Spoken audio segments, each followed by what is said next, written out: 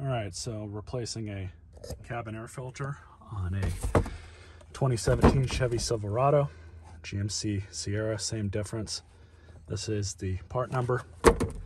So we're gonna remove this, try and make this as quick as possible, but you have a bolt here, or a screw here, screw here. These are all Torx screws, and I believe this is a T10, or it might be a T12.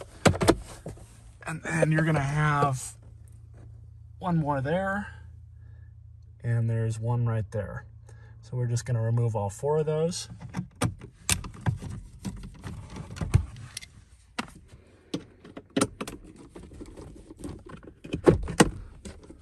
All right, so now it should pop right out.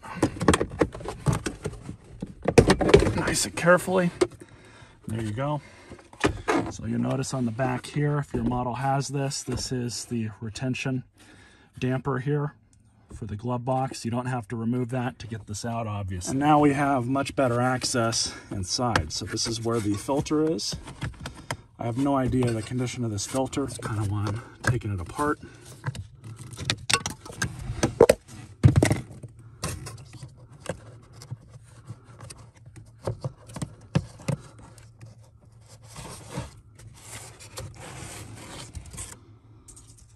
And ours actually looks good. So I don't have to replace this. I know it's good. That one that I just got from Walmart is only a $10 filter. So I'm just gonna hold on to it, replace this next year when I have to. Stick it back in, make sure you're aware of where the arrow goes. Arrow points down. So simple as that. Just make sure both of those go into the notches.